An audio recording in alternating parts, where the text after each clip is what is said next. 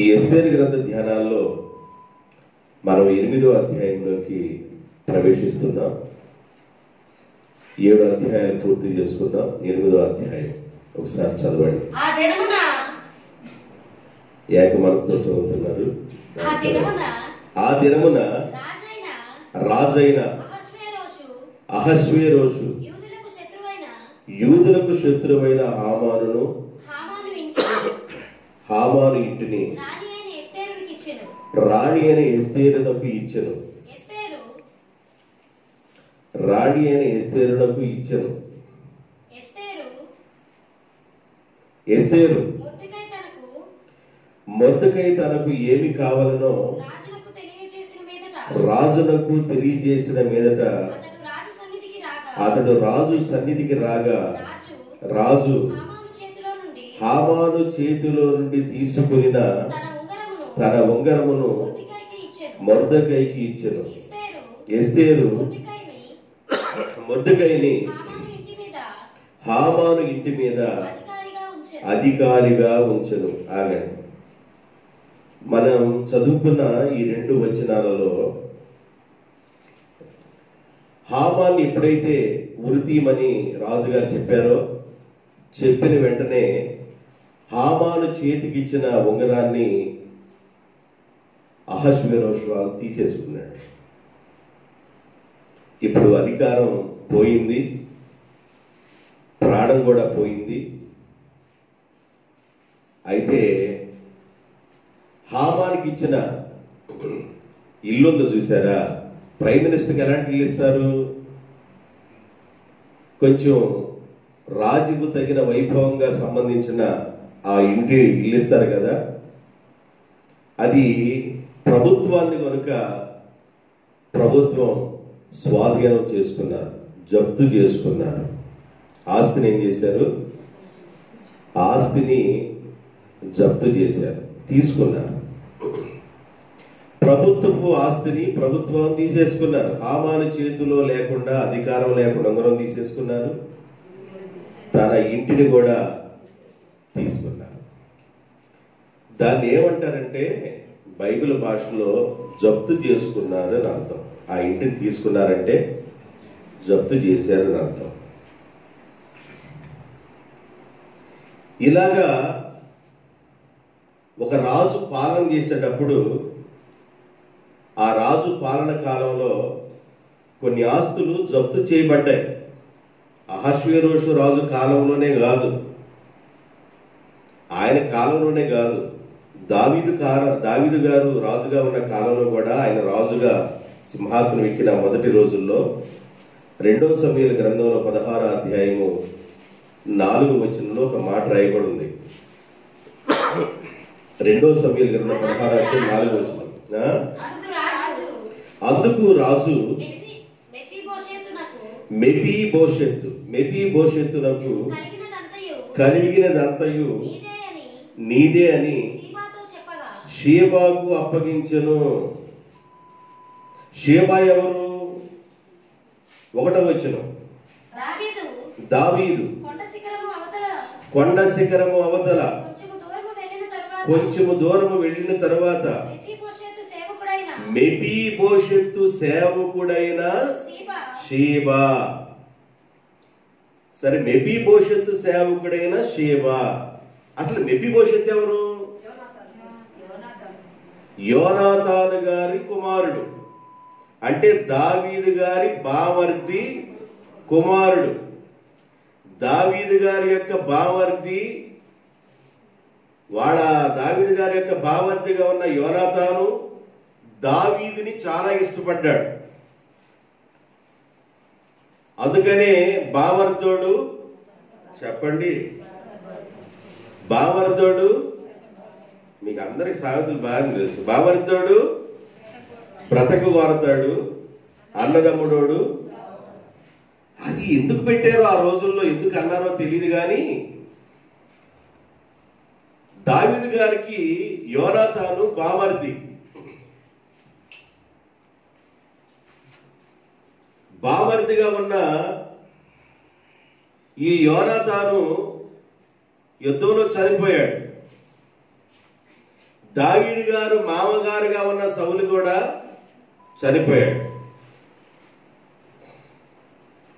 సౌలు రాజుగారు 127 సంస్థానాలకి అహష్వేరోషు రాజు ఎలాగో ఇజ్రాయేళ్ల 12 గోత్రాల వారికి సౌలు గారు రాజు. ఈయన గారు చనిపోయారు, యోనాతాను చనిపోయాడు. యోనాతాను కుమారుడు ఉన్నాడు మెఫీబోషెతు. ఆయన కుంటి కాళ్ళోడు. అంటే కుంటి కాళ్ళు అంటే వాళ్ళ దాది ఆ పిల్లోని తీసుకొని చిన్న వయసులో ఎగుతున్నప్పుడు జారిపడి కాళ్ళకి దెబ్బ తగిలి కాళ్ళు వంకర్ల పోయినాయి. మెఫీబోషెతు కాళ్ళు వంకర్ల పోయినాయి. అయితే ఈయన గారు వాళ్ళ నాన్నగారు చనిపోయిన తర్వాత తలదాచుకొని బ్రతుకుతూ ఉన్నాడు. దావీదు సింహాసనం ఎక్కిన తర్వాత సౌలు గారు చనిపోయాడని, ఇటు చూడండి నాన్న, ఇటు చూడండి, మీ ఇద్దరు ఫ్రెండ్స్ కదా, ఇటు చూడండి, ఇటు రండి, ఇటు తిరగండి, ఇటు తిరగండి. అర్ధ గంటకి నాకు ఇల్లే చూస్తాను. Very good. గోళీలు ఇప్పుడు ఎందుకు కాకండి, ఎన్నుగాడు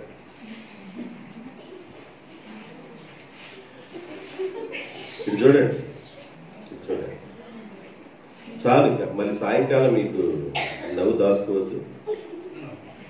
అంత పరిపూర్ణంగా చేయడం నాకు వేస్తే ఎట్లాగా?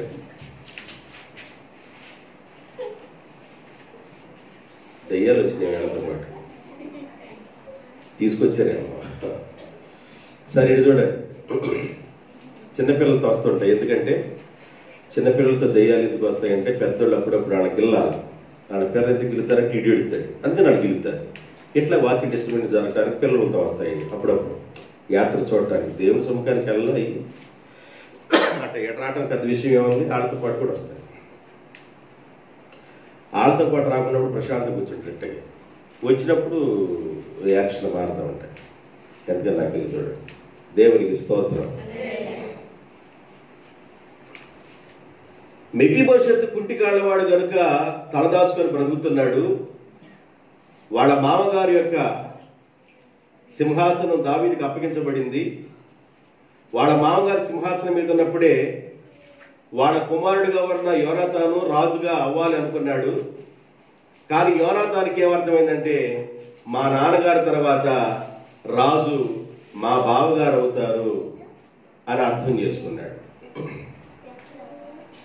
అర్థం చేసుకొని ఇలాగా అమ్మ ఎవరి పిల్లలు నా దగ్గర కూర్చోబెట్టి, నువ్వు కూడా అమ్మ దగ్గరికి వెళ్ళి త్వరగా త్వరగా వెళ్ళి త్వరగా వెళ్ళి. Very good. దావీదు గారు రాజు అయిన తర్వాత సౌలు కుటుంబంలో ఎవరైనా ఉన్నారా అని పరిశీలన చేస్తే, అయ్యా ఉన్నారయ్యా, యోనాతాను కుమారుడైన మెఫీబోషెతు ఆయన ఉన్నాడు, ఆయన అవుటికాళ్ళ వాడయ్యా. మరి ఆయన ఆస్తిని ఎవరు చూస్తున్నారు? ఆ ఫలానా. కాబట్టి ఆ షేబా అనే వ్యక్తిని పిలిచి ఈ ఆస్తి మొత్తాన్ని, ఈ పంటను పండించి నువ్వెవరికి ఇవ్వాలంటే మెఫీబోషెతుకి అందిస్తూ ఉండాలని అప్పగించాడు. అప్పటికి ఆస్తి మొత్తం ఎవరి కిందకి వచ్చేసింది? రాజ్యం కిందకే వచ్చేసింది. జప్తు చేయబడింది. అది చేయబడిన ఆస్తిని మరలా తిరిగి మెఫీబోషెతుకి దావీదు రాజు గారు అప్పగించారు. హామాను చనిపోయిన తర్వాత హామానుకు సంబంధించిన ఆస్తిని, ఇంటిని జప్తు చేయబడింది. దాన్ని తిరిగి ఎవరికి ఇచ్చారంటే ఎస్తేరు మొర్దెకైకి ఇచ్చినట్లుగా మనం ఇప్పుడు చదువుకున్నాం. ఆస్తులు జప్తు చేయబడిన విధానాల్ని మనం జ్ఞాపకం చేసుకుంటున్నాం. మొదటి రాజుల గ్రంథం 21వ అధ్యాయము 16వ వచనం. మొదటి రాజుల గ్రంథం 21వ అధ్యాయము 16వ వచనం. నాబోతు చనిపోయినని ఆహాబు విని లేచి, నాబోతు చనిపోయినని రాజైన ఆహాబు విని లేచి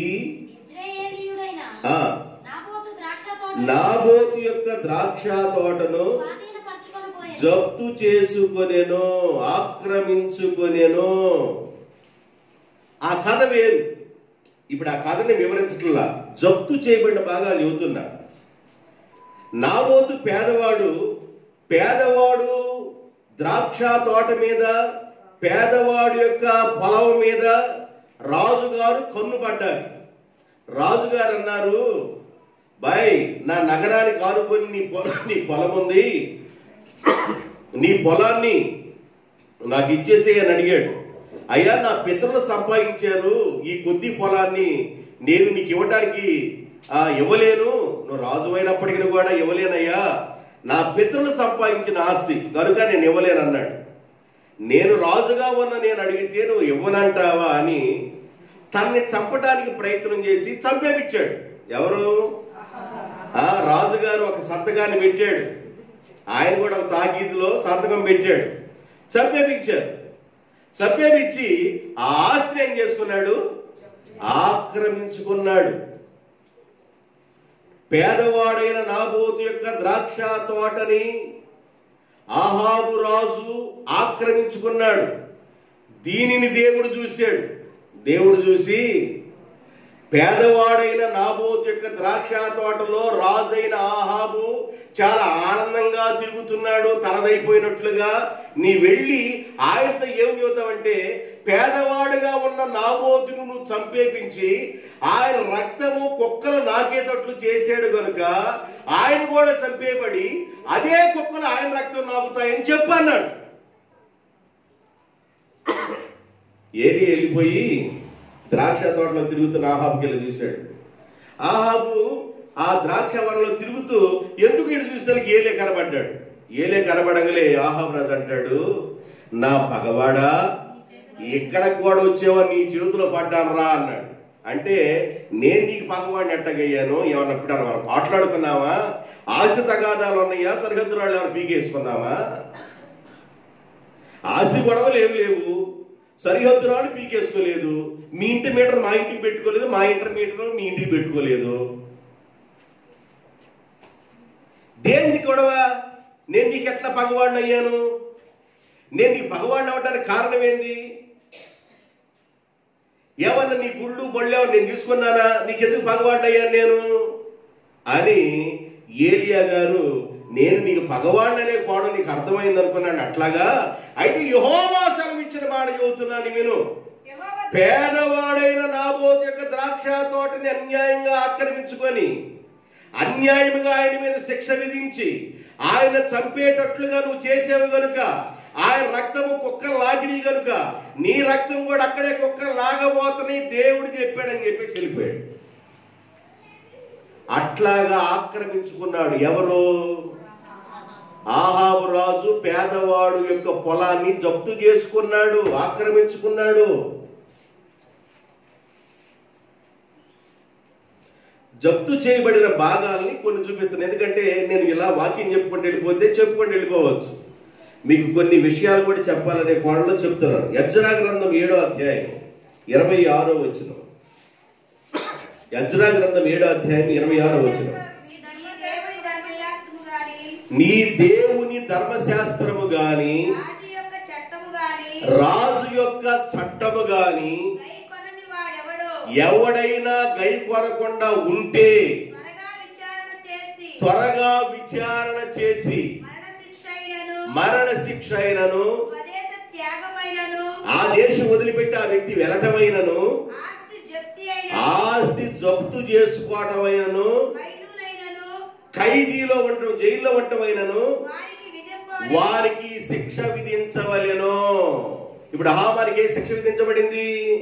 మరణ శాసనం విధించబడింది, జప్తు చేసుకోవడం కూడా జరిగింది. అర్థమైందా? ఇప్పుడు 8వ అధ్యాయం ఎస్తేరు గ్రంథంలో ఉన్నాం మనం. ఎస్తేరు గ్రంథంలో మనం ఉన్నాం. ఎస్తేరు గ్రంథం 8వ అధ్యాయంలో ప్రారంభ మాట ఏంటంటే, ఆ దినమున రాజైన అహష్వేరోషు యూదులకు శత్రువుగా ఉన్న హామాను ఇంటిని రాణి అయిన ఎస్తేరులకు ఇచ్చెను. ఇవ్వటం అంటే ఏంది? జప్తు చేసుకున్నాడు. చేసుకుని రాణి అయిన ఎస్తేరుకి ఇచ్చెను. రాణి అయిన ఎస్తేరు దానిని మొర్దెకైకి ఇచ్చెను. అయితే ఇచ్చే ముందు ఆమె ఏం చేసిందంటే, ఒక విషయం చెప్పాలనుకుంటున్నానండి అంది. నీ మనమేంది నీ మనమేంది నీ మనమేంది అని అడుగుతున్నారు కదా ఇన్నిసార్లు, ఏ విషయం చెప్పాలనుకున్నావో చెప్పు అన్నాడు. అప్పుడు ఆమె ఏం చెబుతుందంటే, మొర్దెకై నాకు బంధువు. మొర్దెకై ఎవరంట? చదవండి. ఎస్తేరు రాజు ఎదుట మనవి చేసుకుని, అక్కడ దాకా వెళ్ళబాబు, నన్ను ఒకటిలోనే ఉన్నా నేను. ఎస్తేరు మొర్దెకై తనకు ఏమి కావాలనో రాజులకు తెలియజేసిన మిమ్మట. ఆగండి ఆగండి. మొర్దెకై ఏమి కావాలనో రాజు దగ్గరికి చెబుతుంది. ఏమి కావాలనో మొర్దెకై రాజు ఎదుట మనవి చేస్తా ఉంది. అయ్యా, ఆయన నన్ను పెంచిన ఆయన, అయ్యా ఆయన నాకు తండ్రి, వరుసకి మాత్రం నాకు అన్నవుతాడు, అయితే నన్ను తండ్రిగా పెంచాడు. తండ్రిగా పెంచాడయ్యా, నాకు ఆయన అన్నం పెట్టి నన్ను పెద్దదానిగా చేశాడయ్యా, నా తండ్రి అయ్యా మొర్దెకై అని మొర్దెకై గురించి 8వ అధ్యాయంలో చెప్పింది. ఆయన నాకు ఏమి కావాలనో ఎస్తేరు రాజు ఎదుట మనవి చేసిన. ఏమవుతాడని మనవి చేసింది? నాకు తండ్రి. మొర్దెకై ఎవరంట? నాకు తండ్రి అని 1వ వచనంలోనే ఆమె మనవి చేసింది, నా తండ్రి అని. రాజుకు అర్థమైపోయి, మొర్దెకై మీ తండ్రా? ఆ ద్వార పాలకుడిగా ఉన్న మొర్దెకై మీ తండ్రా? వెంటనే మొర్దెకైని పిలిపించాడు అన్నాడు. వెంటనే మొర్దెకైని పిలిపించి హామాను చేతిలో తీసిన ఉంగరాన్ని మొర్దెకైకి ఇచ్చేశాడు. దేవునికి స్తోత్రం, హల్లెలూయా. ఉన్నవి లేనట్టును లేనివి ఉన్నట్లుగా చేయగలిగిన దేవుడు మనం ఆరాధించే దేవుడు. ఏ మొర్దెకై కోసం అయితే ఉరికొయ్యి తయారు చేయబడిందో ఆ మొర్దెకైని దేవుడు తప్పించి, ఏ హామాను చేతుల అధికారం ఉందో ఆ అధికారాన్ని తీసేసి మొర్దెకైకి దేవుడు ప్రాణభిక్షణ పెట్టి హామాను చేతిలో ఉన్న అధికారాన్ని తీసి మరలా దేవుడు మొర్దెకైకి అప్పగించాడు. ఎక్కడ ఉన్న ప్లేసుని దేవుడు ఎక్కడ తీసుకొచ్చాడు? ద్వారపాలకుడిగా ఉన్న ప్లేస్ తీసుకొచ్చి హామాను యొక్క ప్లేసు, అందరి అధికారుల కంటే ఎత్తుగా ఉన్న ప్లేసులో దేవుడు మొర్దెకైని కూర్చోబెట్టాడు. దేవునికి స్తోత్రం. ఆయన పెంట గొప్ప మీద దీనులుగాను దరిద్రులుగా ఉన్న వారిని లేవనెత్తి రాజులతో కూర్చుండబెట్టువాడని దేవుడు వాగ్దానం చేశాడు. ఈయన వల్ల ఏమైంది? ఈయన వల్ల ఏమైంది? తాటాకు లెగవదో ఈయన అనుకున్న వ్యక్తుల చేతే ఆయన్నే దేవుడు నిలబెట్టాడు. దేవునికి స్తోత్రం. నువ్వెవరిని తీసేయకూడదు. గోంగారులో పురుగుని తీసేసినట్లుగా ఎవరిని తీసేయకూడదు. నీ ఎదుట ఉన్న మనిషి నీకంటే గొప్పవాడని ఎప్పుడైనా నువ్వు ఎంచుకుంటే అది నీ క్షేమం. నీ ఎదుట ఉన్న ఒక మనిషి గొప్పవాడుగా ఎంచు. లేకపోతే వాడు పేదవాడు కావచ్చేమో, ఆ రోజు తిండికి లేకపోవచ్చేమో, సరి అయిన దుస్తులు లేకపోవచ్చేమో, అయినా కూడా నువ్వు తక్కువ చూపు ఎక్కడ చూడొద్దు. రాజే బాబు, మీకు హరిశ్చంద్ర పద్యం కూడా పాట కూడా. రాజే కింకరుడే చెత్త పాస కూడా తీసే మాకు, ఏనుగు నాపిద్ది. గట్టి పాసని తీసే మాకు, కొన్ని గట్టి పాసలు ఏనుగుని కట్టేస్తాయి. అర్థమవుతుందా? గోడుతో తీసేస్తానన్నాడు మొర్దెకైని హామాను. ఎంత విచిత్రంగా ఉందండి వ్యవహారం. దేవుని పాదాల దగ్గర ఉండటం అనేది ఎంత గొప్ప భాగ్యం. దేవుని పాదాలకి నమస్కారం చేయటం అనేది ఎంత గొప్ప భాగ్యం. 127 సంస్థానములో ఉన్న యూదులందరూ ఏడుస్తున్నారు. వాళ్ళు ఏడుపు తగలదంటే ఏ శాస్త్రం పుట్టించాడు ఈ హామాన్ అనేవాడు? పాలు తాగే పిల్లలు కూడా చచ్చిపోవాలి. ఏం చేశారండి ఈయన్నేం చేశారని? ఈడు చెవులో ఏమైనా శేషం కలిగించి ఏమైనా పోసారా? ఈ హామాన్ అనేవాడిని ఏం చేశారు? వాడు పొట్ట కోసి ఏమైనా ఆపరేషన్ చేశారా? ఏం చేశారు ఈ హామాన్ని? పాలు తాగే శిశువు కూడా చచ్చిపోవాలని చట్టం తయారు చేయించాడంటే వీడు ఎంత శాడిస్టు. ఎంత మూర్ఖుడు! 127 సంస్థానంలో ఉన్న వాళ్ళందరూ ఏడుస్తున్నారు, గొప్పలు పెట్టి సాకుతూ ఉన్నారు. దేవుడు అన్నాడు, యూదులలో నుండి రాజదండం వచ్చును. దేవునికి స్తోత్రం. యూదులలో నుండి రాజదండం వచ్చును. వాగ్దానం చేసిన వాడు భూమికి ఆకాశానికి దేవుడు. కనబడుతున్న సృష్టిని మొత్తాన్ని పాలన చేసేవాడు యూదులకు వాగ్దానం చేసిన వాడు. నీకేమైనా వాగ్దానం చేశాడు దేవుడు? సామాన్యుడు కాదు దేవుడు. నీతో దేవుడు ఏమైనా మాట్లాడా? ఆయన సామాన్యుడు కాదు, మనిషి కాడు. నీకు దేవుడు ఏదైనా ఒక ప్రామిస్ గాని చేస్తే, ఒక వాగ్దానం గాని చేస్తే, వాగ్దానాన్ని దాటి బయటికి వెళ్ళాడు దేవుడు. నువ్వు దాటిపోతావేమో కానీ దేవుడు వాగ్దానాన్ని దాటి వెళ్ళడు. ఆయన నిన్ను కాపాడువాడు కొనకడు, ఇశ్రాయేలును కాపాడువాడు కొనకడు. ఇది మొదలుకొని నీ రాకపోకల్లో యెహోవాయే నిన్ను తన యందు భయభక్తులు వారిని కాపాడినట్లు దేవుడు తన దూతల కాపుదల నుండి వారిని రక్షించును. దేవుని పిల్లలు ఏడుస్తున్నారండి. 127 సంవత్సరాలు ఉన్న పిల్లలందరూ ఘోష పెడుతున్నారు. ఏ రోజు అంటే వాళ్ళకి ముహూర్తం పెట్టింది? ఆ నేసారు కాకుండా ఒకటి ఉంది, అదారు నెల, అంటే 12వ నెల, అదారు నెల 13వ తారీఖున ముహూర్తం ఖరారైపోయింది. హామాను అయితే చచ్చిపోయాడు, కానీ హామాను చేసిన చట్టం చావల. హామాను చనిపోయాడు, కానీ హామాను చేసిన చట్టం చావల. అది అలాగే ఉంది ఆ ముహూర్తం. ఇప్పుడు ఆ ముహూర్తంలో నుండి యోధా ప్రజలు బయటపడాలి. 8వ అధ్యాయంలో యూదులకు వచ్చిన విడుదల. ఇప్పుడు నేను 8వ అధ్యాయం చెప్పబోతున్నాను కదా, యూదులకు వచ్చిన విడుదల 8వ అధ్యాయం మొత్తం అదే. ఏమండి రాజా, నీకు నమస్కారం చేస్తానయ్యా. ఆ మొర్దెకై ఎవరో కాదు నాయన, మొర్దెకై మా బాబాయ్, మా తండ్రి అయ్యా, నన్ను పెంచాడు. అలాగా మొర్దెకైని పిలిపించి హామాను చేతుల ఉంగరం తీసిన ఆ ఉంగరాన్ని మొర్దెకైకి తొడిగించి, ఏ ఇల్లు అయితే జప్తు చేసుకున్నాడో హామానుల్ని, ఆ ఇంటిని మొర్దెకైకి ఇచ్చేశాడు. దేవునికి స్తోత్రం. 2వ వచనం చదవండి.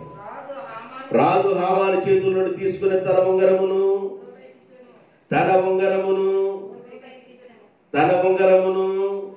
ఇన్నిసార్లు ఎందుకు చెప్పానంటే మీకు ఉంగరం గురించి చెప్పాల. ఉంగరం యొక్క విలువేంది? ఉంగరం విలువేంది? దేనికి గుర్తుంది? ఇంకా ఉంగరం యొక్క విలువేంది? ఇంకా ఏంది?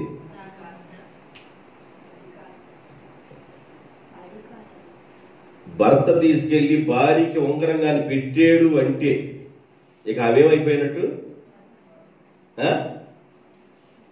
ఆమె ఆ ఉంగరం పెట్టినోడు భార్య అవుతుంది. భార్య తీసుకెళ్లి భర్తకు ఉంగరం గాని పెట్టిందంటే ఆ వ్యక్తి ఆమెకు భర్త అయిపోతాడు. అంటే ఉంగరం యొక్క చాలా ప్రాధాన్యత ఉంది ఉంగరానికి. అమెరికాలో మగవాళ్ళు పెట్టుకుంటున్నారు, ఆడవాళ్ళు పెట్టుకుంటున్నారు. ఆ ఉంగరం కాదు ఇది. మగవాళ్ళు పెట్టుకునే ఉంగరం, ఆడవాళ్ళు పెట్టుకునే ఉంగరం కాదు ఇది. ఉంగరానికి చాలా ప్రాముఖ్యత ఉంది.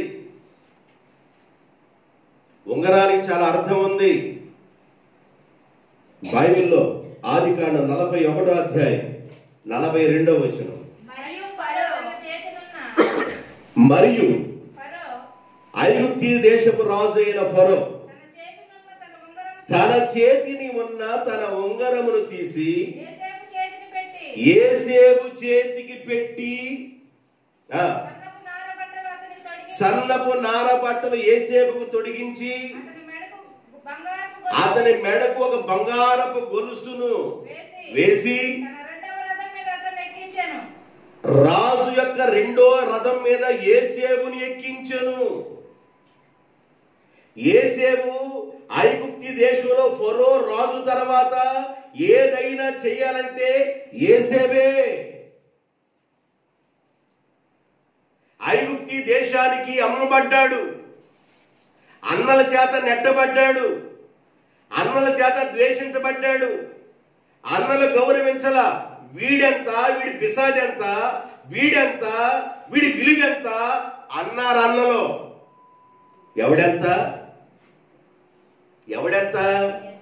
యేసేపు ఎంత, ఈడు పిశాదెంత, ఈడు విలువెంత, తల మీద పెట్టుకుంటే ఖాళీ విలువ చేయడు వీడు అనుకున్నారు వాళ్ళు. ఎవరిని తీసేయబాకండి అనేది చెప్పి ముందే చెప్పే మీకు. యేసేపు ఎంత, యేసేపు కథ ఎంత? వీడిని చంపేసాడు, పడేద్దాం. వీడి ఇంటి దగ్గరుండి కళ్ళగంటాడా? వీడి కళ్ళలోనేమన్నా వీడి పని నిలబడితే మన పనులన్నీ వచ్చి వీడికి నమస్కారం చేసినట్టు కళ వచ్చిందా? అంటే మేమందరం ఈయనకి నమస్కారం చేస్తే వీడేమన్నా గొప్పడు అవుతాడని కళ వచ్చిందా? వీడి కళని నాశనం చేద్దాం అనుకున్నారు. కళ ఇచ్చింది దేవుడు. దేవునికి స్తోత్రం. ఏర్పాటు చేసుకున్న దేవుడు, ఎన్నుకున్న దేవుడు. తల్లి గర్భంలో ఉన్నప్పుడే దేవుడు ఎన్నుకున్నాడు. దేవుడు ఎన్నుకున్న మనిషిని గోడితో తుంచేద్దాం అనుకున్నారు. దేవుడు ఏర్పాటు చేసుకున్న మనిషిని గోడితో తుంచేద్దాం అనుకున్నారు. వాళ్ళ నాన్న అన్నాడు, వరే మీ అన్నను ఒకసారి చూసిరారా అని పంపించాడు. వాళ్ళ నాన్నకి తెలుసు వాళ్ళ అన్నలు ఎవరం మంచిది కాదని, వాళ్ళ మనస్తత్వాలు మంచిది కాదని తెలిసి కూడా వాళ్ళ నాన్న పంపించాడు. యేసేపు వాళ్ళ నాన్న మాట విన్నాడు. దేవునికి స్తోత్రం. సరే డాడీ అని వాళ్ళ అన్నను చూడటానికి వెళ్ళాడు. ఎన్ని పొలిమేరలు దాటి వెళ్ళాడు? ఎన్ని పొలిమేరలు దాటి వెళ్ళిన తర్వాత వాళ్ళు దొరికారు. కొన్ని పొలిమేరలు దాటిన తర్వాత దోతారు అనే ప్రాంతంలో వాళ్ళ అన్నలు అన్నారు. అక్కడ దాకా వెళ్ళి, అమ్మయ్యా నా అన్నలు నాకు కనబడ్డారని సంతోషంలో యేసేపుంటే, కొన్ని పొలిమేరలన్నీ నేను తిరిగి వచ్చాను, ఈ కొన్ని పొలిమేరలు తిరిగి వచ్చి నా అన్నలు కనబడ్డారనే సంతోషంలో యేసేపుంటే, యేసేపును చూసిన వెంటనే అంటున్నారు ఒకడు, రే దొరికాడు రా వీడు దొరికాడు, వీడు కళ్ళగానే వాడు దొరికాడు, వీడిని చంపేద్దాం ఇక్కడ, వీడి కన్న కళ్ళలు ఏమైపోతాయో అని అనుకుంటున్నారు. దగ్గరికి రానిచ్చి, మంచితనంగా దగ్గరికి రానిచ్చి భయంకరంగా కొట్టి వస్త్రహీనుని చేసి ఆ వ్యక్తిని తీసుకెళ్లి గుంటలో పడేశారు, ఒక సొరంగంలో పడేశారు. అరవరా అక్కడే అరిసి చచ్చిపో. ఆ సొరంగంలో ఏమున్నాయో తెలియదు, ఏ మండ్ర గబ్బలాలు ఉన్నాయో తెలియదు, ఏ కట్ల పవన్లు దాగున్నాయో తెలియదు. అది ఎప్పటి నుంచో ఉన్న సొరంగం. ఆ సొరంగంలో ఎన్ని నివాసం చేస్తున్నాయో ప్రాణహాని కలిగి చేసేయి. ఆ దానిలో పడేశారు. చావరను వెళ్ళిపోయారు వీళ్ళు ధైర్యంగా. ఆయన వస్త్రం తీసేశారు కదా, వస్త్రహీనుడు చేసేశారు కదా. ఆ వస్త్రాన్ని తీసుకెళ్లిపోయి ఒక గొర్రెని నరికి దాని రక్తంలో ముంచేసి ఆ వస్త్రం తీసుకెళ్లి వాళ్ళ నాన్నకి ఇచ్చారు. నానా ఈ వస్త్రం రోడ్లో కనబడింది నాన్న, మేము వస్తుంటే పొలాల్లో కనబడింది, ఈ వస్త్రము తమ్ముడిది లాగా నాన్నని. ఎంత నాటకం ఆడుతున్నారండి. విట్లాసారి సినిమాలో పెట్టాలి అని విట్లాసారి చూపిస్తారు, కాడు పెట్టి దెయ్యాలు అన్నం ఉంటున్నట్టుగా, దెయ్యాలు కాడు పెట్టి అన్నం ఉన్నట్లు విట్లాసారి సినిమాలో పెట్టాలండి. నాన్నగారు ఈ వస్త్రము తమ్ముళ్లాగే ఉంది నాన్నగారు అన్నారు. ఏం వేస్తున్నారా మీరు? తమ్ముళ్లాగానే ఉంది నాన్నగారు. అది చూసి తమ్ముడిదేందిరా నా కొడుకుదేనని తండ్రి కొడుకు పోయిన విధానంలో భయంకరంగా ఏడుస్తున్నాడు. నా కొడుకుతో పాటు నేను కూడా చచ్చిపోతాను, మృతుల్లోకాన్ని నేను కూడా వెళ్ళిపోతానని భయంకరంగా ఏడుస్తున్నాడు. ఈలోపు ఒకడో ఇన్ని ఎక్కడొచ్చుకోవడం ఎందుకు, అమ్మేసుకుంటే పోయిద్దని బయట తీసి కొంచెం డబ్బులన్నీ వస్తాయని ఐగుప్తికి వెళ్ళి ఆ వ్యాపారస్తులకి అమ్మేసేసారు, మిద్యానీయులకి అమ్మేశారు. వీళ్ళు చిన్నగా తీసుకెళ్లిపోయి ఐగుప్తి దేశంలో బానిసలుగా మార్కెట్లకు అమ్ముకుంటారు పిల్లల్ని. పిల్లలు మార్కెట్లు అమ్ముకుంటారు, మార్కెట్లో పిల్లల్ని అమ్ముకుంటారు. అమ్ముకునే మార్కెట్లో పెట్టారు.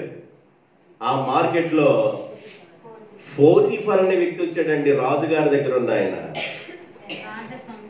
రాజ్య సంరక్షకుడిగా ఉన్న, సేనాధిపతిగా ఉన్న పోతిఫర్ అనే వ్యక్తి వచ్చేసి ఆ వ్యక్తిని చూసి కొనుక్కున్నాడు. అక్కడ ఎన్నో శోధనలు వచ్చినాయి, ఎన్నో కష్టాలు వచ్చినాయి, జైల్లో ఉన్నాడు. 13 సంవత్సరాలు నరకాన్ని అనుభవించాడండి. ఎన్ని సంవత్సరాలు? 13 సంవత్సరాలు నరకాన్ని అనుభవించాడు. 17 సంవత్సరాలు తండ్రితో ఇంట్లో ఉండి 13 సంవత్సరాలు నరకాన్ని అనుభవించాడు. మొత్తం 17, 13 కలిసి 30వ సంవత్సరంలో ఫరో రాజు ఎదుటికి తేబడ్డాడు యేసేపు. దేవునికి స్తోత్రం. యేసేపు రాజుకు వచ్చిన కళను చెప్పాడు, వివరించాడు. తన చేతిన ఉంగరం తీసి యేసేపుకు పెట్టానంటాడు. యేసేపు యొక్క అనుమతి లేకుండా చెయ్యి గాని కాలు గాని ఎవరిది లేకూడదు. ఐగుప్తి దేశమంతటి మీద ఈ సింహాసన విషయంలో తప్ప ప్రతి విషయంలో యేసేపు ఆయన గొప్పవాడుగాని ప్రకటన చేసేసాడు. ఉంగరం అంటే ఐగుప్తి దేశాన్ని పరిపాలన చేయడానికి అంత అధికారం ఇచ్చింది రాజ ఉంగరం. ఆ ఉంగరం తీసుకొని చిల్లీస్ ముఖమాడు, ఏ ముఖమాడు? హామాను. చిల్లీస్ ముఖమాడు చిల్లీ పని చేశాడు.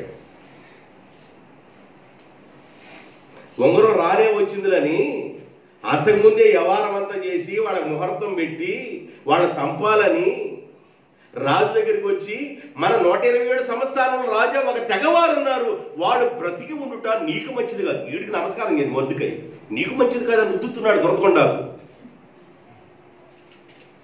చూసావా చమత్కారంగా మనుషుల యొక్క మైండ్ని ఎలా చెప్పగలరు ప్రజలు?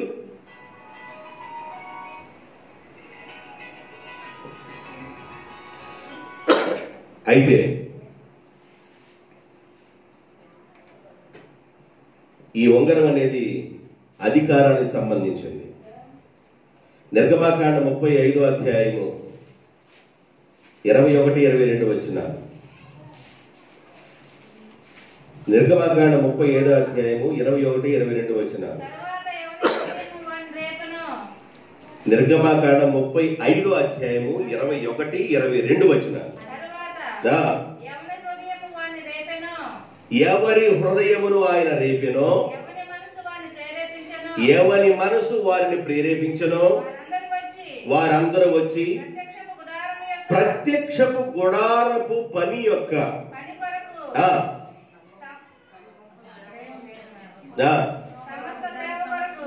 సమస్త సేవ కొరకు ప్రతిష్ఠితమైన వస్తువుల కొరకును యెహోవా కొరకు ప్రతిష్ఠ అర్పణలు తీసుకొచ్చిరి. అమ్మా బయట ఒక్కసారి మాట్లాడేసి రా, ఇక చేయొద్దని చెప్పి గడదాకా. స్త్రీలు గాని పురుషులు గాని ఎవరి హృదయములు వారిని ప్రేరేపించునో వారందరూ యెహోవాకు బంగారమును ఇక ముందు సాగు బంగారమును, తర్వాత ఇంకేంది అదేదో మనకు తెలియదు, పోగులు, ఉంగరాన్ని దేవుని యొక్క ప్రత్యక్షతపు పని కొరకు, ప్రత్యక్షపు గుడార పని కొరకు. నాకెళ్ళి చూడండి, నల్లమక్క అర్థం అవుతుందా? ఏడే ఉన్నావా? ఎక్కడన్నా ఉన్నావా? ఏడే దేవుని స్తోత్రం. అందరికీ చూడండి, దేవుని స్తోత్రం చెప్పండి. హల్లెలూయా. దేవుని యొక్క మందిరపు సేవ కొరకు ప్రత్యక్షపు గుడారపు పని విషయంలో ఉంగరాలను కూడా అప్పగించారు. ఉంగరం అంటే ఒకటి అధికారాన్ని గుర్తు, ఉంగరాన్ని సేవ కోసం కూడా అర్పించారు. దేవుని సేవ కోసం ఉంగరాలను కూడా కానుక వేశారు. దేవుడు ఎవరెవరి మనసులను ప్రేరేపించారో ప్రేరేపించబడిన వాళ్ళు తీసుకొచ్చి ఉంగరాన్ని, ముక్కు పోగులను కానుకగా సమర్పించి ఈ ప్రత్యక్షపు గుడారపు పనిలో మా ఉంగరం ఉపయోగపడిద్దని ఉంగరాన్ని కానుకేశారు, ముక్కు పొడకలు కానుకేశారు, ఇంకా వాళ్ళకి కలిగిన బంగారాన్ని కానుకలుగా వేశారు. అంటే ఉంగరం అనేది దేవుని పనికి కూడా ఉపయోగపడిందని చెప్పడానికి మీకు చూపించాను. లోకాసు వార్త 15వ అధ్యాయం 22వ వచనం. అయితే తండ్రి తన దాసులను చూచి ప్రశస్తమైన వస్త్రమును త్వరగా తెచ్చి వీనికి కట్టి వీని చేతికి ఉంగరము పెట్టి పాదములకు చెప్పులు తొడిగించి క్రొవ్విన తోడ తీసుకొచ్చి వధించుడి.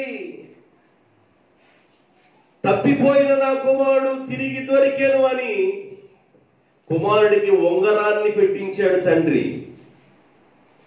రే బాబు, నా ఆస్తి నాకు ఇచ్చేసేయని తీసుకెళ్ళిపోయావు, దూరదేశం వెళ్ళిపోయావు, దుర్వ్యాపారం చేసావు, నీ ఇష్టానుసారంగా ఆ ఆస్తిని వాడేసావు. అయినా తండ్రిగా ఉన్న నేను మరలా నిన్ను ప్రేమిస్తున్నాను అని ఆ బిడ్డకి ఏం చేస్తున్నాడంట? ఉంగరాన్ని పెడుతున్నాడు. హామాను చేతిలో ఉంగరం తీసి రాజు మొర్దెకైకి ఇచ్చెను. 8వ అధ్యాయంలో రండి.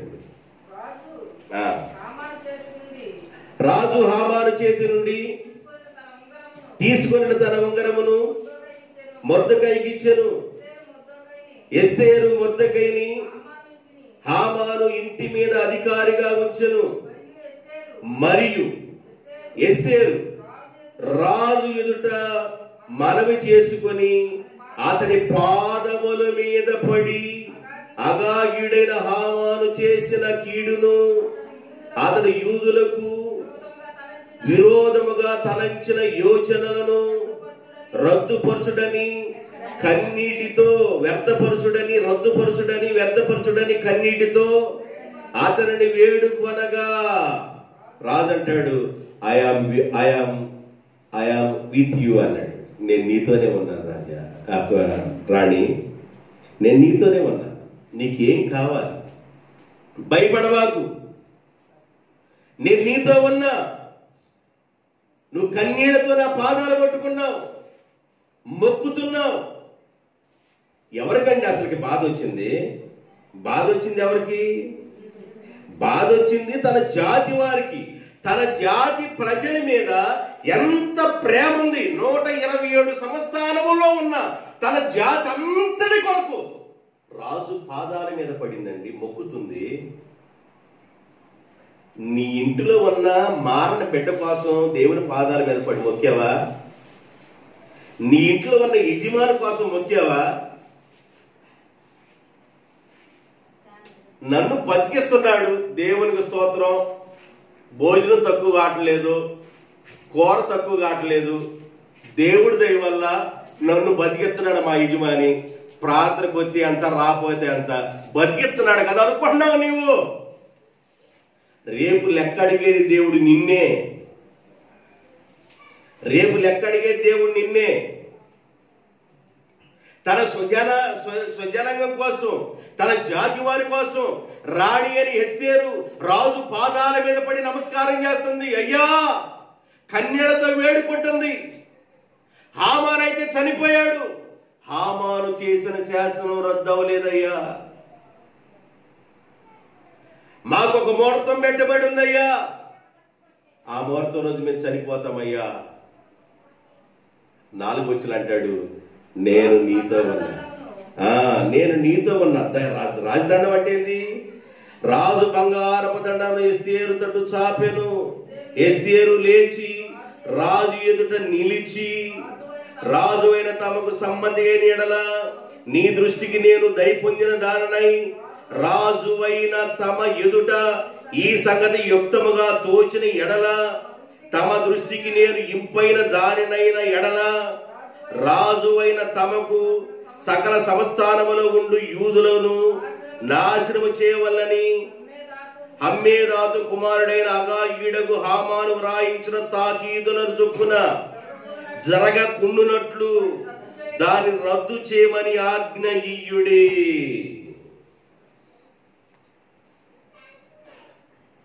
దాన్ని రద్దు చేయమని ఆజ్ఞ ఇయ్యుడి. దాన్ని ఎట్లా రద్దు చేస్తారు?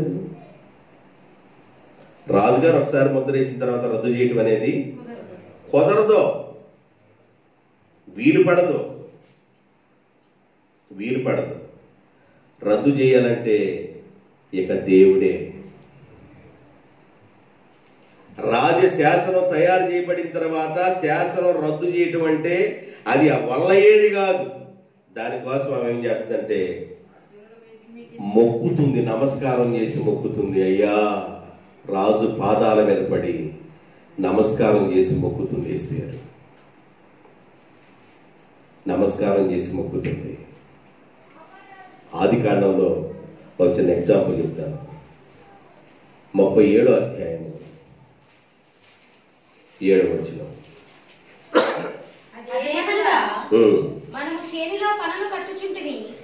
ఆ కళ ఏంటంటే మనము చేనులో పనలు కట్టుచుంటిమి, నా పన నిలిచి ఉంది, మీ పనలు నా పనలను చుట్టుకొని నా పనకు సాష్టాంగపడెను. మొక్కుతున్నాయి, సాష్టాంగపడెను. ఎస్తేర్ ఏం చేసింది? ఇప్పుడు రాజుగారి దగ్గర సాష్టాంగపడింది, మొక్కుతుంది.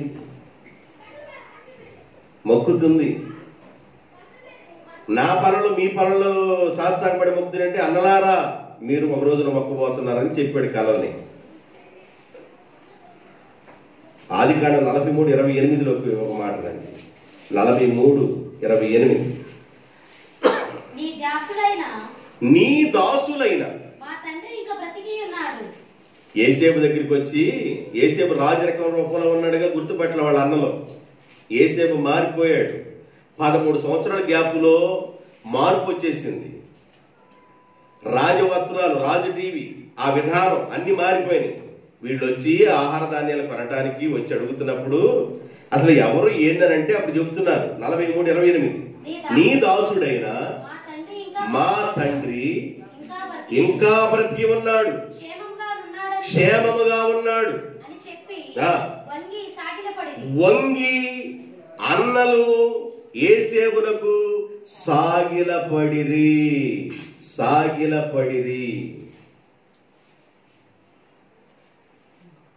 ఎస్తేరు అలాగే సాగిల పడుతుంది.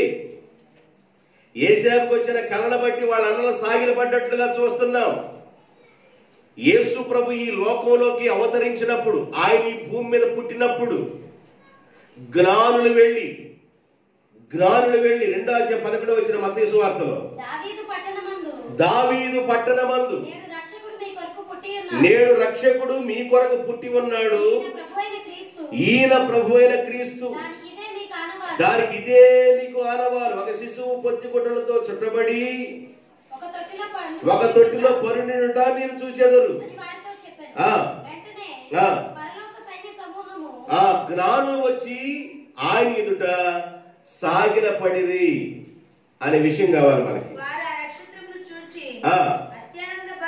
భరితులై వచ్చి ఎన్నో వచ్చిన 2:10లోనా? తల్లి అయిన మరియను ఆ శిశువును చూసి, నేను చెప్పింది లోకాసు వార్త అన్నా, మత్తయి సువార్తలో రండి. నువ్వు మత్తయి సువార్త చదువుతున్నావా? నువ్వేం చదివే సువార్తలకి? లోకాసు వార్తలకి వెళ్తే అడ్రస్ మారలేక ఒకరింటి అడ్రస్ ఇంకొకరికి అడ్రస్ మారిపోవాలి. ఏందా నాకు రావట్లేదు పాయింట్ అనుకుంటే అడ్రస్ మారిపోవాలి. సరే, తల్లి అయిన మరియను ఆ శిశువును చూసి సాగిలపడి. ఎవరంటే వీళ్ళు? జ్ఞానులు యేసు ప్రభుకి సాగిలపడ్డారు. నేను ఇలాగా విడమరిచి అన్ని చెప్పుకుంటూ వస్తే సంవత్సరం దాటిపోయి ఎస్తేరు గ్రంథం. అందుకని నేను బ్రీఫ్గా కొన్ని చెప్పుకుంటూ వస్తున్నా. అయినా మీకు మైండ్ మ్యాథ్ కోసం 2 పాయింట్లన్నా పెట్టాలని పెడుతున్నాను అనమాట. అర్థమవుతుందా? ఆమె సాగిలపడి ఏడుస్తుంది. ఎస్తేరు సాగిలపడి అడగాలని ఎస్తేరు సాగిలపడి ఆ యోచనలను వ్యర్థపరచమని కన్నీటితో అతన్ని వేడుకొనగా రాజు అంటాడు, నేను నీతో ఉన్నా. అయ్యా, మీరు ఆ తాకీదు చొప్పున జరగకుండా ఉన్నట్లు దాన్ని రద్దు చేయటకు ఆజ్ఞయుడి. తర్వాత 6వ వచనం, నా జనుల మీదకి రాబోవు కీడును నా వంశము యొక్క నాశనము చూసి నేను ఎలాగూ సహింతును. నేను ఎలాగ సహిస్తానయ్యా? నా జనుల మీదకి రాబోతున్న కీడును చూసి నేను ఎలాగ సహించగలను? చిన్న వయసులో తండ్రిని పోగొట్టుకున్నాను, చిన్న వయసులో తల్లిని పోగొట్టుకున్నాను. తల్లి తండ్రి లేకపోతే ఉండే బాధ ఏదో అది నాకు తెలుసు. ఆ బాధను మరిపించడానికి నా తండ్రిగా ఉన్న మొర్దెకై అన్న వరసయ్య ఆయన తండ్రి ప్రేమను చూపించాడు. ఆ ప్రేమలో ఎదిగా నేను. ఈ రోజున పాలు తాగే పసిపిల్ల గాని, పాలు తాగే పసిపిల్లవాడు గాని, మరి తల్లి కానివ్వండి, పెద్దవాళ్ళు కానివ్వండి, వృద్ధులు కానివ్వండి, యవనస్తులు కానివ్వండి, 127 సంస్థానములో ఉన్న వాళ్ళందరూ నాశనం కావాలని తాకీదులు రాయబడ్డాయి కదా. అయ్యా అయ్యా, నేను ఎలా సహిస్తానయ్యా? నేను ఎలా ఓర్చుకోగలనయ్యా? తన బాధంతా రాజు దగ్గర చెబుతుంది. బాధ వచ్చినప్పుడు ఎవరితో చెప్పాలి? బాధ వచ్చినప్పుడు ఎవరితో చెప్పాలి? రాజుతో చెప్పాలి. రాజులకు రాజైన ప్రభువు చెప్పాలి. దేవునికి స్తోత్రం. రాజులకు రాజైన ఈ మన విభుని పూజ చేయుటకు రండి. రాజులకు రాజైన ఈ మన విభుని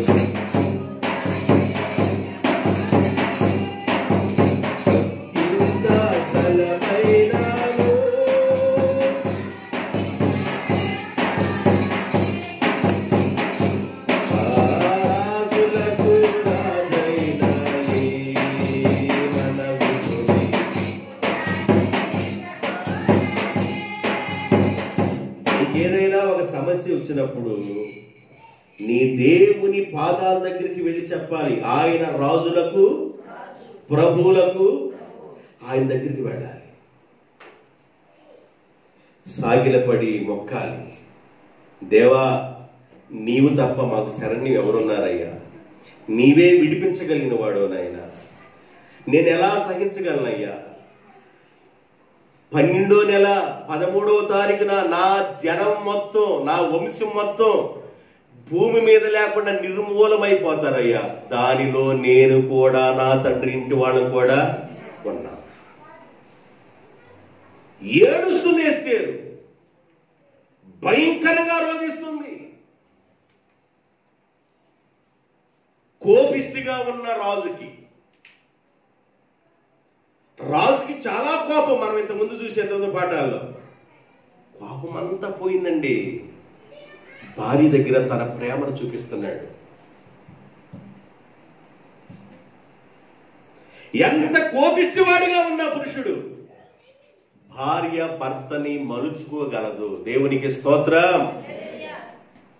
ఆ టాలెంట్ ఎవరి దగ్గర ఉంది చెప్పండి? ఆ టాలెంట్ ఎవరి దగ్గర ఉంటుంది? భార్యను చూసిన వెంటనే ప్రేమ అభిమానం కలిగే తట్టుకుండాలి. ఇంట్లోకి రాగలే భార్యను చూసిన వెంటనే కొంతమంది తేళ్లు, పావులు, జరుగుడ్లు అన్ని పారాడుతూ ఉంటాయి. భార్యను చూసిన వెంటనే తేళ్లు, పావులు, జరుగుడ్లు, అది అంతా కేసర బాసరగా ఉంటుంది వ్యవహారం. అస్సలకంతా భార్యను చూసిన వెంటనే భర్తకి ప్రేమ రావాలి. అంటే భార్య అణుకువ, మెళుకువ, తగ్గించుకొని ఉండటం, నమ్రతగా ఉండటం, నెమ్మదిగా ఉండటం, పురుషుడితో ఎప్పుడు ఏది మాట్లాడాలి, ఏమి చెప్పాలి, ఈ విషయాలన్నీ భార్య అణుకుతూ ఉంటే ఆ కుటుంబం ఎలా ఉంటుందంటే రాజధాని ఎక్స్ప్రెస్ లాగా ఉంటుంది. విజయవాడలో ఎక్కితే చెన్నై, విజయవాడలో ఎక్కితే చెన్నై. అంటే ఈ మధ్యలో బ్రేకులు బెల్లులేని రాజధాని ఎక్స్ప్రెస్ వస్తుంది, అన్ని బళ్ళు ఆపేసేయండి, డైరెక్ట్ దూసుకుని వెళ్ళిపోవాలి. కాపురం కూడా అలాగే ఉంటుంది. లేకపోతే ప్రతి దానికి బెల్లు బ్రేకులు. ఎప్పుడు కదిలితే ట్రైన్ ఎదురు ఒకటి వస్తుందంట, ఉండ, అది వెళ్ళిపోయింది. ఇంకా కదలలేదు, ఏంది ఇంకోటి వస్తుందంట, ఉండు, అది వెళ్ళింది. ఇంకోటి వస్తుందంట, ఉండు. ఏ దున్నపోతుల బండి ఎక్కినట్టున్నాం మనమా? ఏ బండి? దున్నపోతుల బండి ఎక్కినట్టున్నాం మనం. ఇది ఆటే సాకపండి వెళ్తుందని. ఇక ఊరు దగ్గరికి వెళ్తారు, ఊరు బయట పెట్టినప్పుడు ఉంటుంది వ్యవహారం. నీకేమైనా చాలా సీరియస్ అయిన మ్యాటర్ ఉంది, నువ్వు వెళ్ళిపోవాలి త్వరగా, కానీ ఆ బండి వెళ్ళదు. ఎందుకంటే దున్నపోతుల బండి. కుటుంబంలో భర్త పుషింగ్ ఇస్తే భార్య వెనకలాగటం, భార్య పుషింగ్ ఇస్తే భర్త వెనక్కి లాగటం. ఇక ఈ రెండుగా ఉండకూడదు. కలిసి మాట్లాడుకోవాలి, కలిసి పని చేయాలి, కలిసి ప్రయాణం చేయాలి. దేవునికి స్తోత్రం.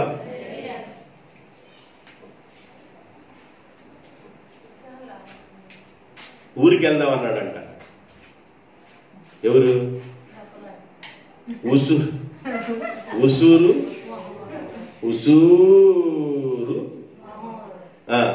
ఊరికి వెళ్దామంటే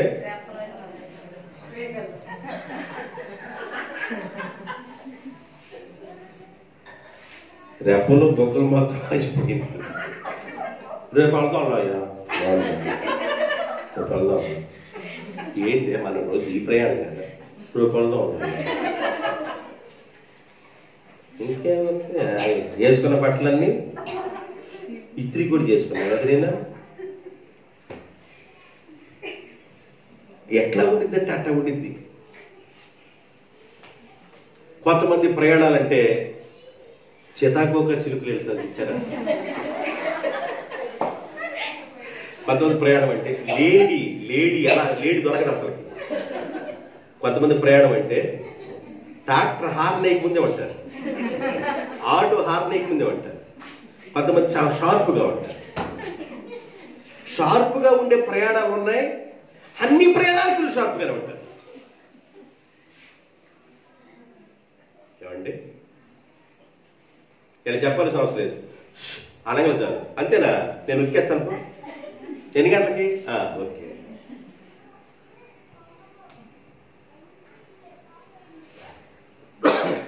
భార్య బ్రతిమలాడుతుంది. భర్త దగ్గర భార్య అణుకుగా ఉండటం నేర్చుకోవాలి.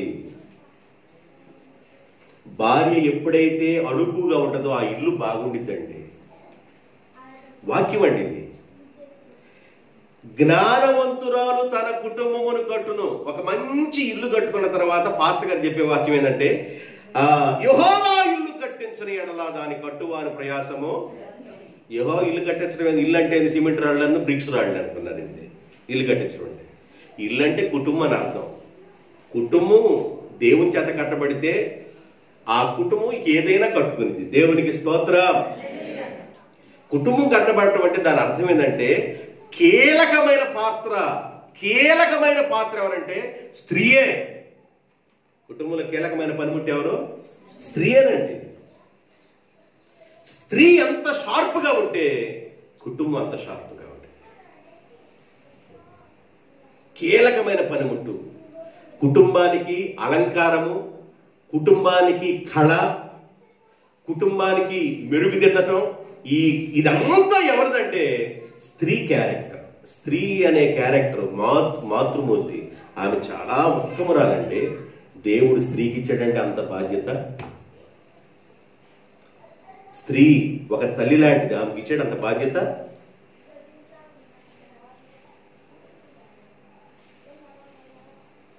ఏదో ఒక సమస్యలో గలిబిలిగా యజమానిగా ఉన్న వ్యక్తి ఇంటికి రాగలే ఆయనే గలిబిలికి వస్తే ఇంటి దగ్గర కూర్చొని నువ్వు కూడా తీళ్లు పావులు ఖర్చు కట్టుకుంటూ ఈటగుండి నువ్వు కూడా రాగలే. గలిబిలిలో వచ్చాడు, నువ్వు కూడా గలిబిలిగా ఉండి గలిబిలిగా మాట్లాడుకుంటా ఇల్లు ఎట్లా ఉండిద్ది?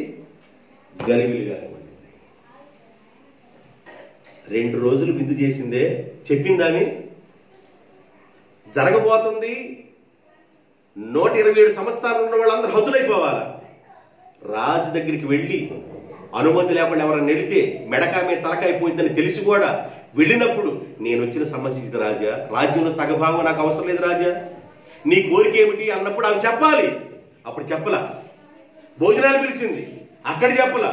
2వ సారి పిలిచింది, అప్పటికి ఎంత జాగ్రత్తగా రాజును డీల్ చేయాలనుకుందామే. రాజు యొక్క మైండ్ ఎంత జాగ్రత్తగా డీల్ చేసిందామే. ఇప్పుడు అంత కోపిస్తుంది మనిషి అంటున్నాడు, నేనున్నా నీతో. దేవునికి స్తోత్రం. నేనున్నా నీతో, భయపడవా. శాసనం రద్దు చేయయ్యా, ఆజ్ఞ అయ్యా అంటుంది. 9-6 వచనం. నేను సహింపలేను అని మనం చేయగా 7వ వచనం.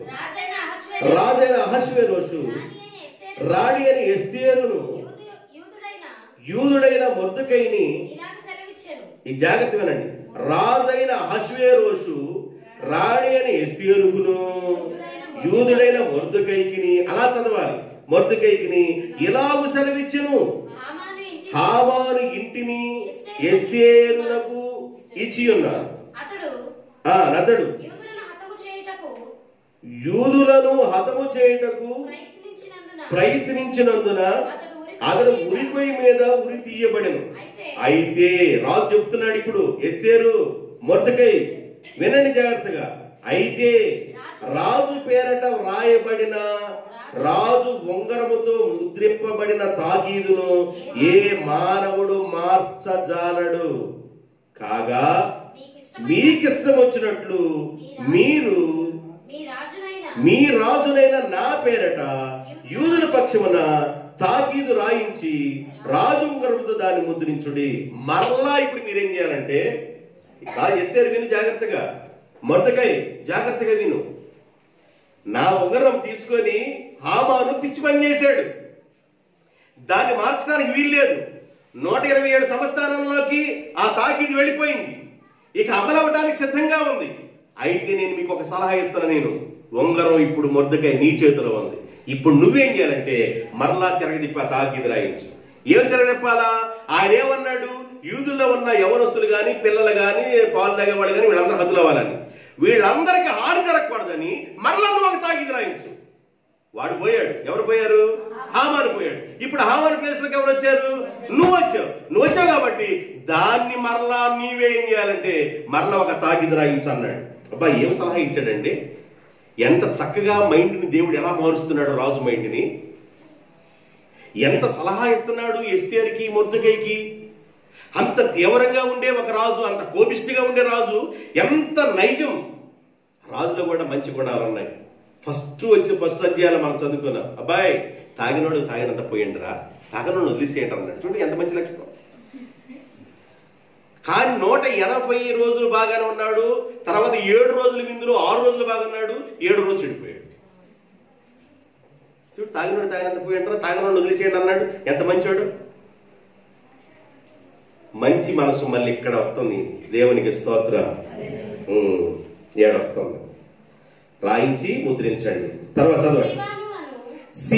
సీవాను అను 3వ నెలలో 23వ దినమందు రాజు యొక్క రాతగాండ్రులు పిలువబడి మొర్దెకై ఆజ్ఞాపించిన ప్రకారం అంతయు యూదులకును హిందూ దేశం మళ్ళీ ఇక్కడ అన్నాడు, మొదటి అధ్యాయములో ఫస్ట్ మాట్లాడాడు, ఇక్కడ మాట్లాడుతున్నాడు. హిందూ దేశము, భారతదేశము మొదలుకొని కూషు దేశం వరకు వ్యాపించి ఉన్న 127 సంస్థానములన్నిటిలోను అధిపతులకును అధికారులకును ఆయా సంస్థానములకును దాని వ్రాతను, అంటే ఏ సంస్థలో ఏ భాష ఉందో ఆ భాషను బట్టి దాని భాషను బట్టి తాకీదులు రాయబడిన రాజైన అహష్వేరోషు పేరట తాకీదులు మొర్దెకై రాయించి రాజు ఉంగరముతో ముద్రించి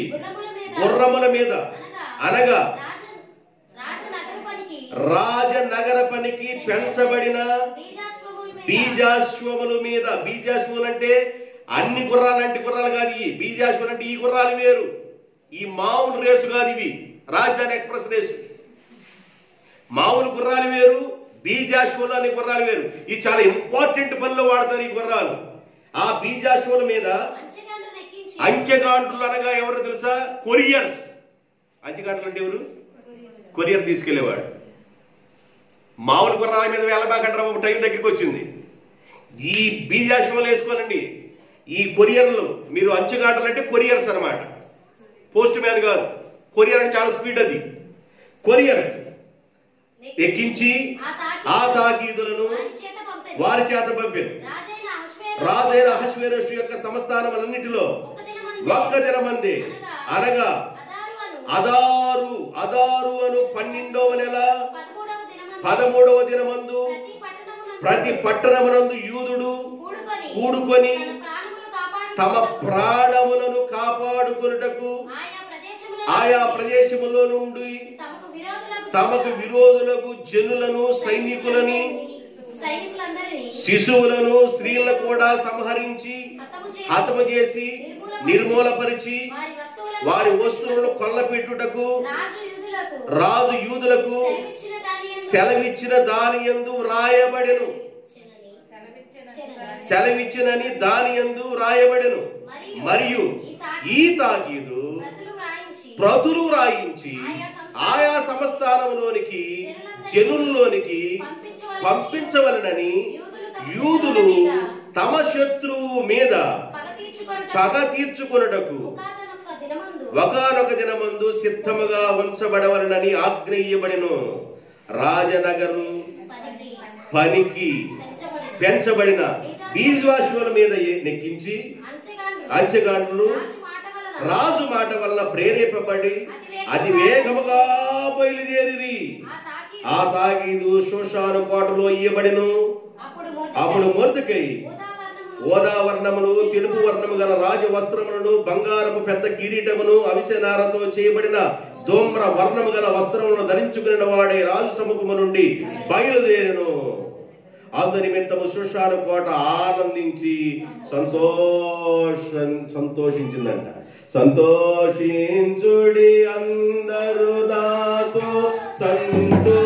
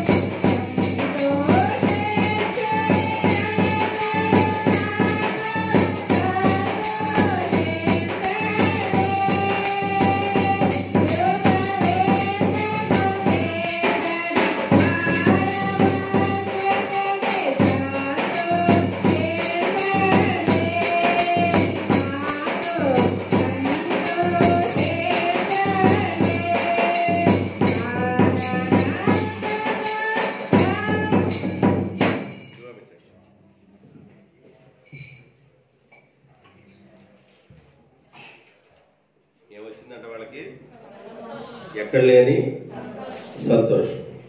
ఏం జరిగింది సంతోషం? రివర్స్. గేర్ ఏమైంది? రివర్స్ అయింది. తాకీదు రద్దుమాపబడుతుంది. బీజాశ్వముల మీద రాజు చేత పెంచబడిన ఆ యొక్క ప్రత్యేకమైన గుర్రాలు, వాటి మీద అంచెగాండ్రలు పంపిస్తున్నాడు. అంచెగాండ్రలు అంటే కొరియర్స్ అని, చాలా స్పీడ్గా వార్త తీసుకెళ్లేవాడు. ఈ వార్త తీసుకెళ్లి శోషాను కోటలోనూ ఇక ఎక్కడెక్కడోళ్ళు అక్కడక్కడికి ఇక వాళ్ళు చెప్పుకుంటా 127 సంస్థానాలకి ఈ వార్త ఎప్పుడైతే వెళ్ళిపోయిందో వాళ్ళందరూ ఆనందంతో నింపబడి పండగ చేసుకున్నారండి. వాళ్ళు యూదులకు విడుదల దినము. దేవునికి స్తోత్రం, హల్లెలూయా. యూదులు సంహరించబడవలసిన యూదులు తప్పించబడ్డారు కాబట్టి పండుగ చేసుకున్నారు. నాశనము కావాలి కనుక మనం, యేసు ప్రభు వచ్చాడు కనుక నాశనం లేకుండా రక్షణలోకి తీసుకురాడు కాబట్టి మనం పండుగ చేసుకుంటున్నాం. అర్థమవుతుందా? ఎక్కడున్నాం మనం? అంతకుముందు చీకటిలోను. ఎక్కడున్నాం? ఓ జెబులీను, నఫ్తాలీను, యోర్దానికి అవతలున్న ప్రాంతవాసులారా, చీకటిలోను మరణ ఛాయలో ఉన్న మీరు యేసు రావటంతోనే మీరు గొప్ప వెలుగుని చూశారు. ఆ నక్షత్రమే ప్రభు అయిన యేసు క్రీస్తు. ఆ నక్షత్రము ఉదయించింది కనుక అందుకని మన ఇళ్ల మీద నక్షత్రాన్ని పెట్టుకుంటున్నావు. నక్షత్రాన్ని పెట్టుకుంటున్న నీవు నక్షత్రాన్ని వెంబడిస్తూ నువ్వు చర్చికి వస్తే బాగుంటది. ఇంటి పైన స్టారు, ఇంట్లో బారు పెట్టుకోకుండా నువ్వు ఉంటే బాగుంటుంది. చాలా మంది ఇంటి పైన స్టారు, ఇంటిలో బారు. ఎంత బారు అయిపోయిద్దో విషయం. అది లేకుండా సర్వమానవాడి కొరకు ఆయన రక్షణ తీసుకొచ్చాడు కాబట్టి ఇదిగో ప్రజలందరికీ కలగబోవు మహా సంతోషకరమైన శుభవర్తమానం మీకు తెలియజేయబోతున్నాను.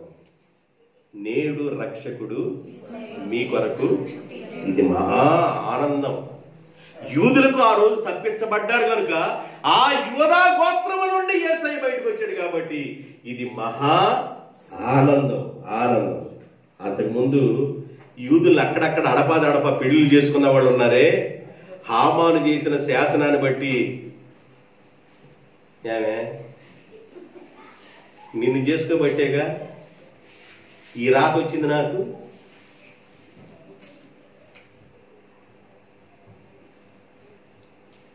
యూదుడు కాకుండా వేరే వ్యక్తి యూదురాలను చేసుకుంటే ఆయన బాధపడుతున్నాడు.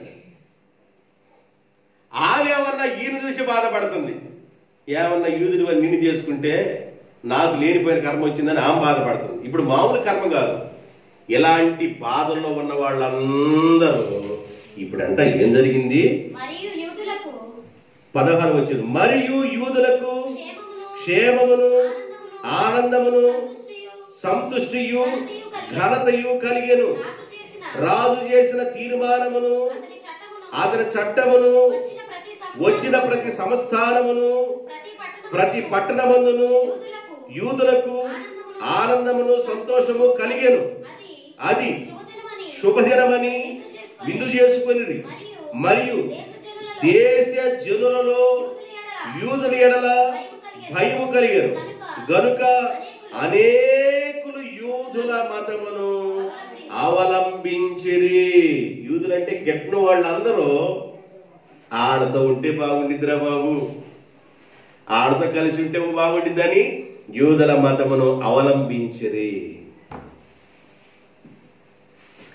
ఎంత చేసిందండి ఎస్తేరు? ఎస్తేరమ్మ ఎంత పని చేసింది? ఒక ఎస్తేరు ఒక సంఘానికి ఉంటే ఆ గ్రామానికి దీవెన, దేవునికి స్తోత్రం. ఒక ఎస్తేరు ఒక కుటుంబానికి ఉంటే ఆ కుటుంబానికి దీవెన. నీవు నీ కుటుంబంలో ఎస్తేరు వలె నీ జనుల కోసం, నీ స్వజనుల కోసం భారము కలిగి వాళ్ళ కోసం కన్నీటితో రాజు దగ్గర ప్రార్థన చేసే అనుభవంగా నీకున్నట్లయితే నీ కన్నీటి ప్రార్థన ద్వారా రాజు ఆ కుటుంబాన్ని, ఆ చరిత్రను మార్చేస్తాడు. విష వలయాలు తొలగిస్తాడు, కన్నీటి వలయాలు తొలగిస్తాడు, గాఢాంధకారపు అనుభవాలు తొలగిస్తాడు, ఆనందంలోకి దేవుడు తీసుకొస్తాడు. అర్థమైందండి? కుటుంబంలో ప్రార్థన ఉందా? కుటుంబంలో ప్రార్థన ఉందా? మోకరిస్తున్నారా? అసలు ప్రార్థన ఉందా? ప్రార్థన చేయగలుగుతున్నారా?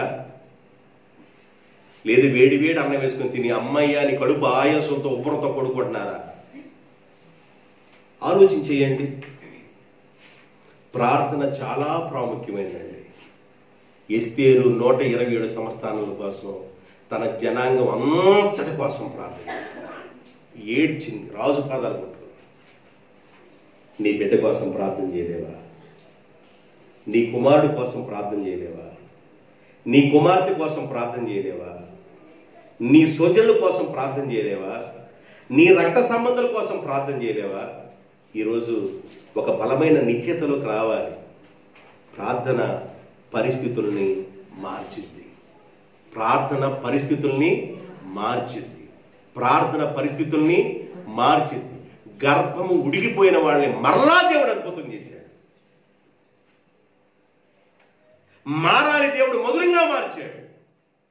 బండలో నుండి నీరు రాదు, బండలో నుండి దేవుడు జలం తప్పించాడు. సముద్రం పాయలు కాదు, సముద్రాన్ని పాయలు చేశాడు. సింహాన్ని నోడ పూసుకొని కూర్చో, సింహాన్ని నోడ పంపించాడు. మామూలు అద్భుతం కాదండి. ఎన్నెన్నో దేవుడు తన బిడ్డల పట్ల అద్భుతాలు చేశాడు. నీ ప్రార్థన ఒక అద్భుత రీతిలో మారునుగాక. ప్రార్థన చేసుకుందాం. తలలో వంచండి.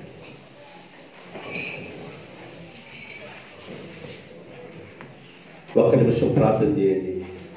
నీ బిడ్డల కోసం ప్రార్థన చేయండి. నీ కుమారుడు కోసం ప్రార్థన చేయండి. నీ కుమార్తె కోసం ప్రార్థన చేయండి. నీ రక్త సంబంధుల కోసం ప్రార్థన చేయండి.